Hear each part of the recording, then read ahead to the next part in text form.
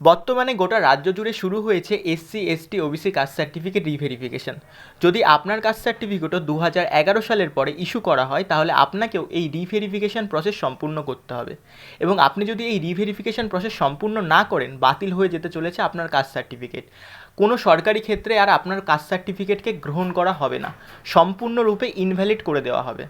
আজকের এই ভিডিওতে আমরা দেখে নেব যে আপনারা এই কাস্ট সার্টিফিকেট রিভেরিফিকেশান করার যে ফর্মটা সেটা কোথা থেকে পাবেন, কিভাবে ফিল আপ করতে হবে এবং এই ফর্মের সাথে আপনাদের কী কী নথিপত্র জমা করতে হবে তার সম্পূর্ণ স্টেপ বাই স্টেপ সম্পূর্ণ সঠিক পদ্ধতি।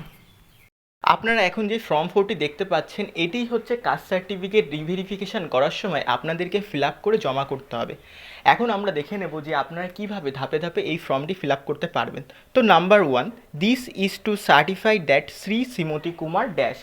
এই খালি জায়গাটায় আপনারা যে আবেদনকারী রয়েছেন সেই আবেদনকারীর নাম লিখবেন, সন বা ডটার অফ ড্যাশ, এখানে আপনারা আপনাদের পিতা অথবা মাতার নাম লিখবেন, of village town in district division.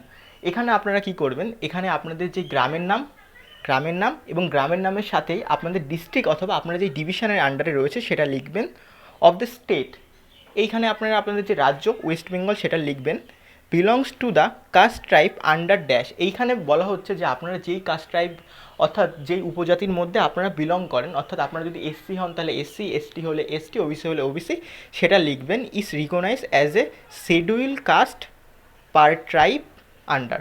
তো এখন এগুলো লেখার পর এখানে দেখতে পাচ্ছেন নিচের দিকে 4টে কলম দেখতে পারবেন। আপনি যদি এসসি হয়ে থাকেন তাহলে প্রথম যে কলমটা রয়েছে the constitution schedule caste order 1950, এখানে টিক দেবেন। আপনি যদি এসটি হয়ে থাকেন তাহলে the constitution schedule tribe order 1950, এখানে টিক দেবেন। এরপর যদি আপনি এসসির মধ্যে উপজাতি হয়ে থাকেন তাহলে আপনারা এই 3rd number the constitution schedule caste union territory order, এটাই টিক দেবেন। আপনি যদি এসটির মধ্যে উপজাতি হয়ে থাকেন তাহলে আপনার লাস্টে যেটা রয়েছে the constitution schedule tribe union territory order 1951, অর্থাৎ এটাই টিক দেবেন। অর্থাৎ আপনারা যেই ক্যাটাগরির হবে সেই ক্যাটাগরির ওপর আপনারা টিক দেবেন। এটি হলো এই ফর্মটির নিচের অংশ। এখানটিতে আপনাদের কোনো কিছু করতে হবে না, এবং এই ফর্মের যেই নেক্সট পেজটা রয়েছে মাঝ বরাবর যে কলমটি দেখতে পাচ্ছেন এখানে আপনাদের ডিটেলস ফিল করতে হবে। তো এখানে বলা হচ্ছে the certificate is issue on the basic of the schedule caste অর্থাৎ এসসি, শিডিউল ট্রাইব অর্থাৎ ST, certificate issue to Shri Shrimati Kumar, এখানে যে আবেদনকারী তার নাম, ফাদার মাদার এখানে তার পিতা অথবা মায়ের নাম, অফ ভিলেজ টাউন যেটা আছে সেই ভিলেজ টাউন দেবেন আপনারা। তারপর এখানে বলা হয়েছে ডিস্ট্রিক্ট ডিভিশন, এই ডিস্ট্রিক্ট ডিভিশনের পাশে আপনার যে ডিস্ট্রিক্ট অথবা ডিভিশন যে কোনো একটা দিয়ে দেবেন। তারপর আপনারা যেই ডেটে আবেদন করছে সেই ডেটটা লিখবেন, এবং আপনি কোথাকার বাসিন্দা, যে রেসিডেন্স ভিলেজ টাউন যেটাই হবে না কেন সেটা লিখবেন, ডিস্ট্রিক্ট ডিভিশন দেবেন এবং স্টেট দিয়ে এখানটায় আপনারা নিচে যে প্লেস ডেটটা রয়েছে এখানে প্লেস আর ডেট লিখে ফর্মটা ক্লোজ। আর এই পাশে যে সিগনেচার ডিজাইন এগুলো আপনাদের কিছু করতে হবে না, এটা হচ্ছে যেই অফিস কর্তৃপক্ষ রয়েছে তারা এগুলো করবে।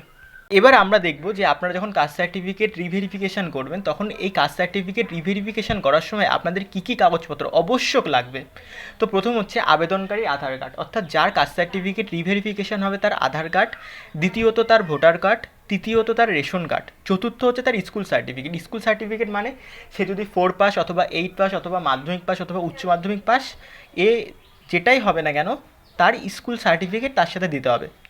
এবং 5 নম্বরে বলেছে জন্ম সার্টিফিকেট যদি আপনার ডিজিটাল না থেকে থাকে তাহলে আপনি মাধ্যমিক পাস হলে আপনি মাধ্যমিকের অ্যাডমিট কার্ড দিতে পারবেন। 6 নম্বরে বলা হয়েছে আবেদনকারীর পিতার আধার কার্ড ভোটার কার্ড, অর্থাৎ 6 নম্বরে যে আবেদনকারী তার পিতার আধার কার্ড ভোটার কার্ড দিতে হবে। এবং 7 নম্বরে বলেছে আবেদনকারীর মাতার আধার কার্ড ভোটার কার্ড। এই দুটো অবশ্যক কিন্তু আপনাদের লাগবে। এর সাথে আপনাদের দিতে হবে অরিজিনাল কাস্ট সার্টিফিকেট, অর্থাৎ আপনারা যেই কাস্টের হোক এসসি, এসটি, ওবিসি, আপনাদের যে অরিজিনাল কাস্ট সার্টিফিকেট সেটাও ভেরিফিকেশনের সময় দিতে হবে। 9 নম্বরে বলেছে 2011 সালের ভোটার লিস্টে বাবা মায়ের নাম দেখাতে হবে, অর্থাৎ আপনারা অনলাইন থেকে 2011 সালের ভোটার লিস্ট ডাউনলোড করবেন এবং সেখানে আপনারা দেখাতে হবে যে আপনার বাবার নামও আছে মায়ের নামও আছে। 10 নম্বর বলেছে 2011 সালের আগে পরিবারের কারোর কাস্ট সার্টিফিকেট থাকলে সেটি, দেখা যাচ্ছে 2011 সালের আগে আপনার কোনো কাকাতো ভাই অথবা জ্যাঠাতো ভাইয়ের কাস্ট সার্টিফিকেট রয়েছে, আপনি কি করবেন তার কাস্ট সার্টিফিকেটটা আপনার ভেরিফিকেশনের সময় দেবেন, এতে আপনারই সুবিধা। 11 নম্বরে বলেছে বংশ তালিকা। এখন কি করবেন, আপনি হয়তো যার কাস্ট সার্টিফিকেট দিচ্ছে তার সাথে আপনার যে সম্পর্ক সেই সম্পর্কটার দেখিয়ে একটা বংশ তালিকা বানাবেন। 12 নম্বরে বলছে পরিবারের অন্য কারোর কাস্ট সার্টিফিকেট না থাকলে, দেখা যাচ্ছে আপনি ফার্স্ট জেনারেশন, আপনার পরিবারে শুধুমাত্র আপনারই কাস্ট সার্টিফিকেট আছে, এই সময় কী করবেন আপনারা, আপনারা হয়তো গ্রাম পঞ্চায়েতের আন্ডারে থাকলে গ্রাম পঞ্চায়েত, ভিডিওতে আন্ডারে থাকলে ভিডিওতে, মিউনিসিপ্যালিটির আন্ডারে থাকলে মিউনিসিপ্যালিটি থেকে জাতি শংসাপত্র অর্থাৎ সাব কাস্ট সার্টিফিকেট বলে একটা সার্টিফিকেট হয়, যেটা অনলাইন থেকেও বার করা যায়, সেটা পঞ্চায়েতের হোক, ভিডিওর হোক, মিউনিসিপ্যালিটির হোক, ওটা আপনারা বার করে নেবেন। এটা অবশ্যই গুরুত্বপূর্ণ কিন্তু এই ক্ষেত্রে। 13 নম্বরে বলা হয়েছে ইনকাম সার্টিফিকেট। আপনারা একটা গ্রাম পঞ্চায়েত অথবা বিডিও অফিস থেকে একটা ইনকাম সার্টিফিকেট বানিয়ে নেবেন, অথবা আপনি যদি স্যালারি পার্সন হয়ে থাকেন তাহলে আপনি আপনার যে পে স্লিপ, সেই পে স্লিপটা দেবেন।